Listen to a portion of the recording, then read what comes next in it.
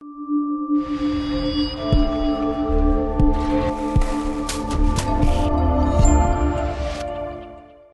afternoon, and welcome to the Middle East Forum's weekly podcast series. I'm Stacey Roman, and I will be moderating this discussion today. We are pleased to have Vahid Beheshti, an Iranian-born journalist and human rights activist focused on Iran's human rights violations, and the director of DorrTV News Media Channel, join us to discuss my plan to bring down the Iranian regime. Mr. Beheshti will speak for 15 minutes, followed by 15 minutes of Q&A from the audience. Should you wish to ask a question, please use the Q&A box located at the bottom of your screen. And with that, I will turn our discussion over to Mr. Vahid Beheshti. Hello, everyone. I'm really grateful and happy that I'm talking to you through Middle East Forum webinar, and I would like to take this opportunity to thank Middle East Forum for all the great work that they do, especially at this very crucial moment of our time. My work and cooperation with Middle East Forum started nearly 2.5 months ago with my great friend, Alex Selsky. We have done a lot of work only in these 2.5 months with Alex. I met other great people like Jonathan Spire, and of course, I heard about Professor Daniel Pipes and Greg Roman, and I can't wait to meet them. But it's very important for me to be here today and speaking to you. Why it's very important? Because of our close culture that we have, especially the Iranians and the people of Israel. I say this in all of my talks that I do. Nearly 2,600 years ago, Prophet Cyrus the Great freed the people of Israel from slavery and gave them opportunity and possibility to rebuild their temple, Jerusalem temple, and brought them back to life. So we are continuing that path. We are on the same path. So we have lots of common interests, close culture together, and especially today, at this time, we have a common enemy. We have a common war that we have to stand next to each other to defeat this evil common enemy, which is Iranian regime.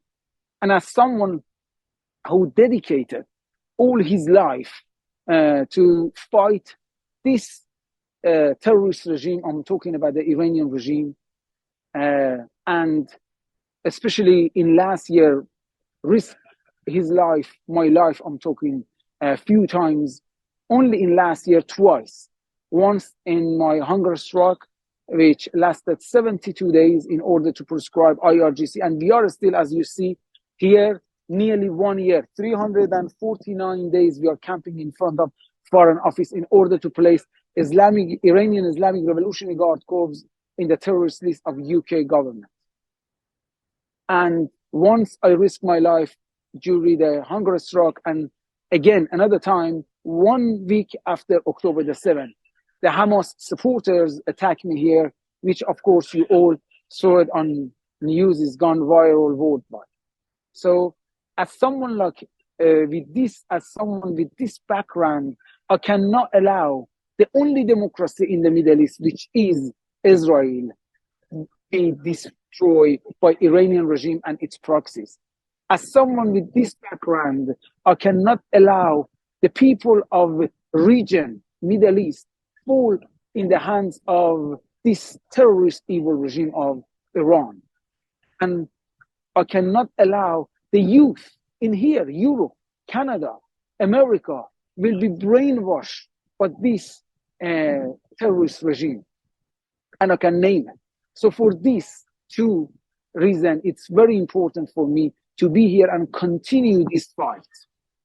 But let me go straight to the main point. The situation that we all are facing at this time. And of course, the world witnessed and experienced after October the 7th. Because for many years, we have tried very hard to communicate this, the level of barbarism and brutality of Iranian regime and its proxies. Sometimes they thought we are exaggerating. But after October the 7th, they are not thinking like that anymore. So the situation that we are facing. If we are really going to cure this problem, which we had for many years, for many decades in Middle East, and affected now the Europe, America, and Canada, and become as an existential threat to the entire world, we have to identify the root of problem. The root of problem today is Iranian regime. And I don't think anybody disagree with me on this case. Just look at the situation. Let's look at the situation in the region. Look at the situation of Israel on the borders, Islamic Jihad, Hamas, Hezbollah. Look at the situation in Syria. Iranian regime turns Syria into terror zone to distribute the terrorist forces and military equipment to distribute against Israel. Look at the situation in Iraq. It's in the hand of Iranian regime, Lebanon, Yemen. And not only there, here in Europe, I'm talking about UK here. How many Islamic centers they have? How many so-called charities they have been created in past 44 years in order to brainwash our youth and turn them into sleeping cells. And we all witnessed what they have done with these sleeping cells in past 3 months in the streets of London and other cities. So if we identify the root of this problem, which is Iranian regime, so we can now look for the solution. What is the solution? The solution is very simple. Destroying this regime, overthrowing this regime. But some leaders, politicians, and Westerners, when it comes to this, they think it's very, very complicated. It's very difficult. It's going to be very dangerous. Of course, it's complicated, but it's possible. Especially today. Especially today, it's possible. Why?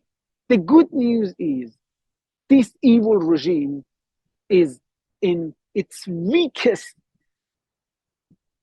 position since 44 years ago. But the bad news is, we have a good news and bad news. Just imagine this evil regime gaining access to nuclear weapons, which they are not far of that. Just imagine that. So we have a good news and bad news. Always, any situation, we have the threat and opportunity. So for overthrowing this regime, we have a great military of 18 million Iranians on the ground who are thirsty for freedom and democracy in past 44 years. And they have tried so many times very hard to overthrow this regime. Especially since 2009. We all have witnessed how many times we had uprising in Iran. But because of the level of brutality of this regime, they haven't been successful.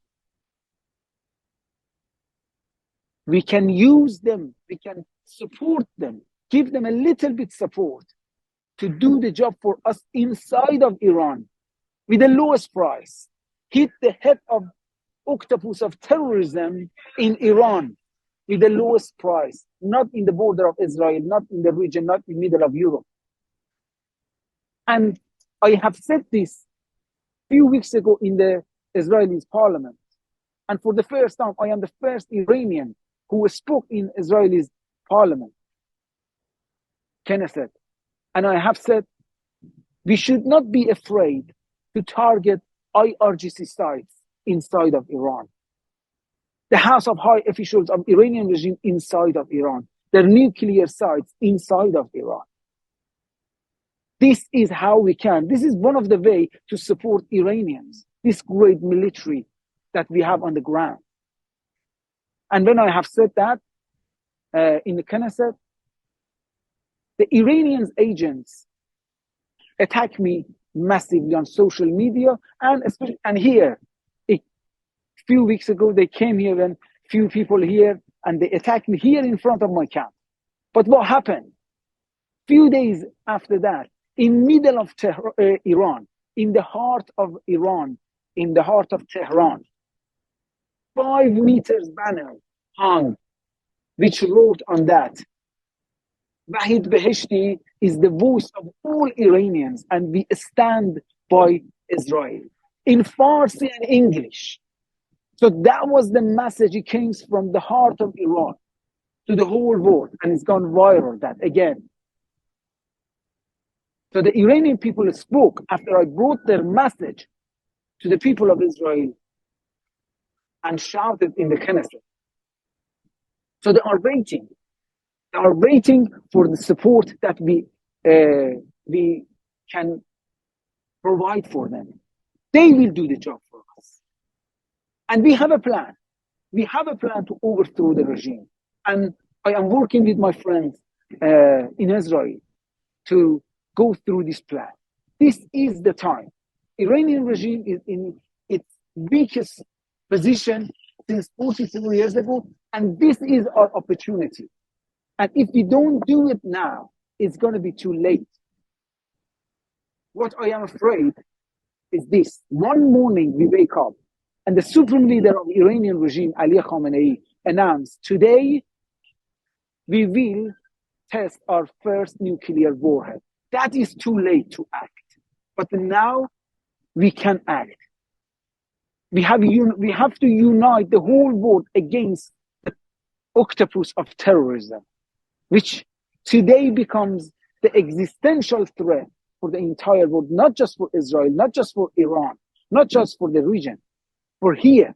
They have a goal, and they are really focused on that goal. Their goal is to turn our modern world into Islamic State, to caliphate, in order for them, for their hidden imam to appear. This is might sound crazy, but this is what it is. And today I would love to see the things, see the issue for what it is, for not for what we like to see. This is how they think. And they just not how they think, they are really active about it. Just look how many proxies they have been created. They invest billions of dollars in past 44 years.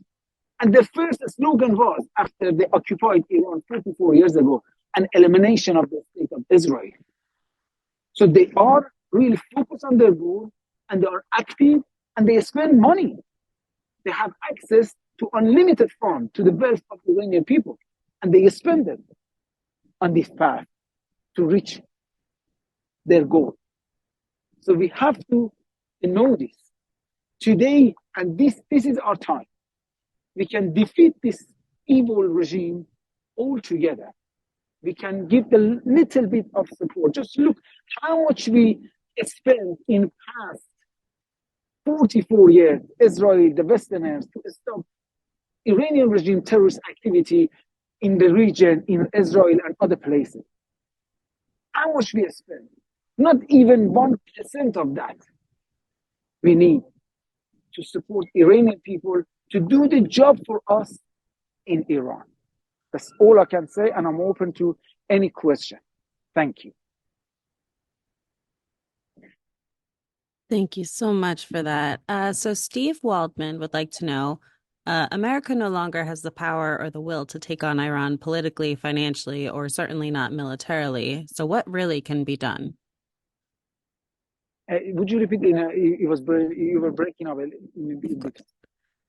America no longer has the power or the will to take on Iran politically, financially, and certainly not militarily.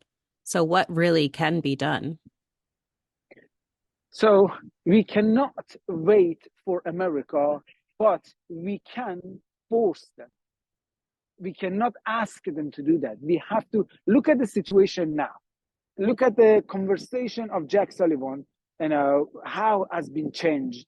From 1 week before October the 7th, he said the region is really quiet now. We have the whole control. We have everything in our control. A few days ago, he says, who said we are not going to attack Iran inside of Iran? So their conversation has been changed. We can be really effective. Is about us. If we act and be active enough, we can talk to them, we can lobby with them. Why they are not willing to overthrow the Iranian regime, because the Iranian regime lobbyists are very active, because Iranian regime is spending a lot of money in America for their lobbyists to go and convince the politicians that is very dangerous if you confront Iran directly. So we have to do the opposite. We have to be active on this. And that's, I think, where we can, and I put my life on this path. And I am willing to do anything. And of course, we can do it more effectively together. Again, we should not wait for them. We have to make them to do that. And this is the time for that. Thank you. Lisa Bernard would like to know, do you have a sense of why President Obama did not throw down with the citizen protests in Iran, and why Biden turns a blind eye to the regime? Is there any way to get a practical U.S. support for regime change? Unfortunately, the Democrats always were, I don't like to say that, but this is what it is. I said, forgive me, I'm going to be very frank today. They have been sympathizer of this regime from the beginning. How the Shah regime has been changed. Let's look at the situation. What happened in Guadeloupe? Jimmy Carter and other 4 countries, France, Germany, and England, decided to change the regime in Iran in 1979. That's why I don't call it a revolution. I call it international military coup against Iranians. For many reasons, they decided to change the regime in Iran. Of course, for that, Obama, Biden, they follow in the same stream. But we can change this, because now the Iranian regime, which they knew is changed with these proxies, it becomes existential threat for America, for Europe, for the West. So we can use this. I have been camping here for nearly 1 year. I changed the conversation in UK. When I start my hunger strike here, the case of IRGC was completely shut down. Today, the case of IRGC is the hottest subject in the House of Parliament and in the House of Lords. I met with many politicians, with Foreign Office, and I convinced them. I am nearly there, but with hard work and uniting people behind us, we can do that. We have to do lobby. We have to see politicians, and we have to have plan. I have a plan. And I'm working, as I said, with my friends in Israel, and I am really hopeful we can unite more people, more countries around us to overthrow this regime once for all. Because as long as Iranian regime exists, thinking about peace in Middle East is wishful thinking. That's all I can say.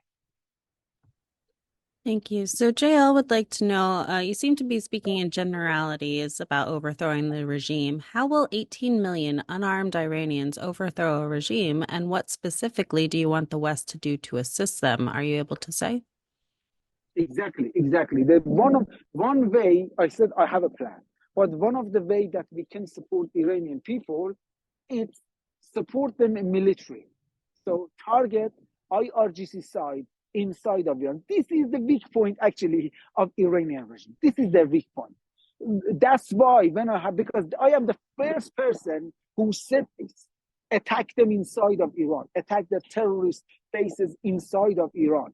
And you had to see this when I have said this in the Knesset. 2 days after that, they united all their agents outside of Iran to attack me. Oh, Vahid is now calling for the West to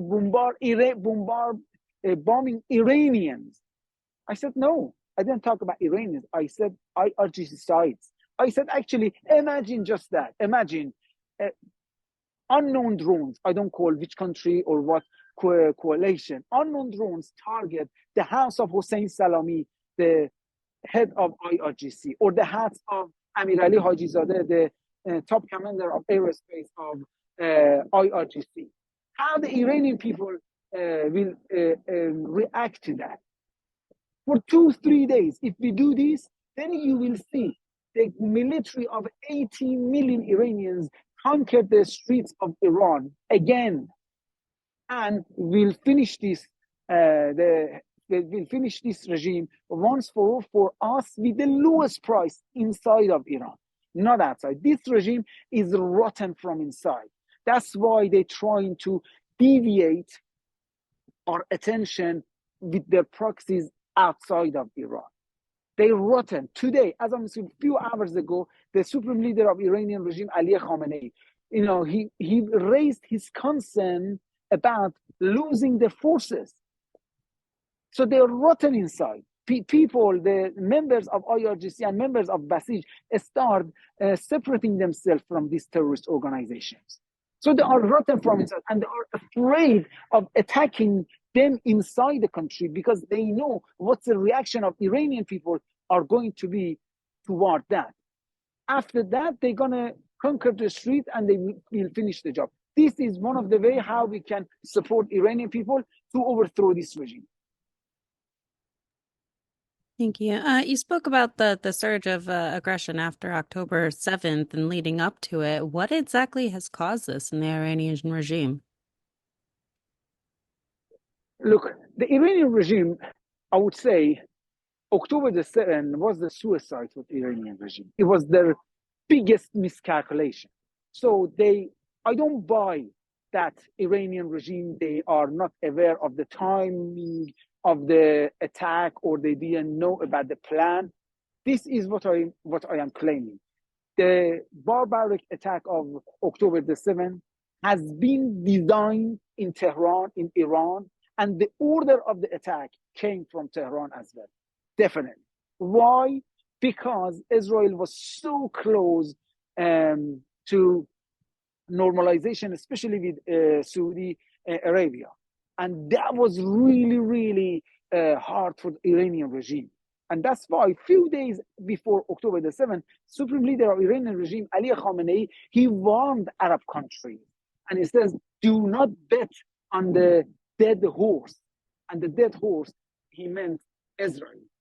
He knew what is going to happen. So they were afraid of the normalization of the relationship between Israel and Arab countries, especially Saudi Arabia. That was one of them. The other one was the situation inside of Iran. If you all are aware, we had the same situation as Mahsa Amini again. We had another 16-year-old girl in coma because of their hijab. She was beaten up and she was in coma and she was dead. And the people of Iran, they were getting ready to raise again. That was another solution. And of course, to deviate the world attention from the war between their master, Russia and Ukraine. I think the plan was for maybe 8-9 months later, but they pushed the plan forward because of the situation to deviate the world attention from these three things that I have said. But their calculation was this. They thought through their PR war, they can increase pressure on the Western leaders in order to increase pressure on Israeli government and IDF to get the ceasefire in 2 weeks maximum. They never expected such a reaction from Israel government and IDF. That was their miscalculation. And they are stuck at the moment. They are stuck because from one side, they are losing the trust of their proxies. Hezbollah looking at them, Iranian regime put Hamas in this situation and now sitting back, watching Hamas getting destroyed by Israel. I'm not going to do that. They're losing the trust from one side, and from the other side, they know if they involve themselves directly in this war, they cannot even tolerate this war for, I would say, few weeks. Iranian regime is like a paper tiger. It's so hollow, it's empty, but they are trying to show something else. And we all understand this when we attack them inside of Iran. So they are stuck. That's why I have said they are in their weakest positions since 44 years ago. They are rotten from inside. And this is the time to attack them and finish them once for all. But we have to be united. We have to all agree on this. This is the root of the problem. Then we can look for the solution. The solution is not that hard. We have the great military of 80 million Iranians. Support them, give them a little bit support. They will finish the job for us. Thank you. Barrett Burka asks, do you honestly believe that the world cares? The UN, composed primarily of dictatorships, relishes in this hegemony. The Biden administration is reluctant to challenge Iran either monetarily or militarily. Israel is the sole entity willing to challenge Iran, but is handcuffed by the U.S. Are there any suggestions, or is a nuclear Iran appears to be inevitable? So first of all, I don't have any hope from these international institutions like UN, like Red Cross. They failed big time. I'm sorry. So I don't have any hope on those international institutes. But the countries, the Western leaders, yes, we have to make them again. I repeat this. We cannot ask them to do this. We have to make them. We have to sit down with them. We have to lobby. We have to put them in the situation that they don't have any other ways than see this big elephant in the room and stop ignoring that. Israel, I think, is doing a great job. I think. Look what they're doing in the region. They targeting the top people of IRGC. Razi Mousavi. I think Razi Mousavi, some people they don't know, but Mossad knows about this really, I would say, well. Razi Mousavi was the person in the same, I would say, level as Qasem Soleimani. But the Iranian regime never wanted to reveal his name as a top commander of IRGC. That's why they put Ismail Qani as a head of IRGC Quds force as a face, but Razi Mousavi was doing everything. He had all the contacts. But look what Israel did. They target him clearly. Half an hour after he left his office, so none of his colleagues would even get injured, and 25 minutes before his family come home. This is the clean target. Al-Aruri, Saleh Al-Aruri, that was great work. Another 5 IRGC Quds Force top commander, which 2 weeks ago were targeted in Syria. Israel doing great job, step by step, and we are moving toward that. But we have a work. We cannot sit down and moan about why America are not doing his job. We have to force them to do this. That's our job, actually. That's why I am here. I am living 349 days in the street. 2 weeks ago, here was -5. To make them to listen to me. And I did that. Through my hunger strike, through all my meetings, I went to Ukraine in front line. I came to Israel. I went to different places.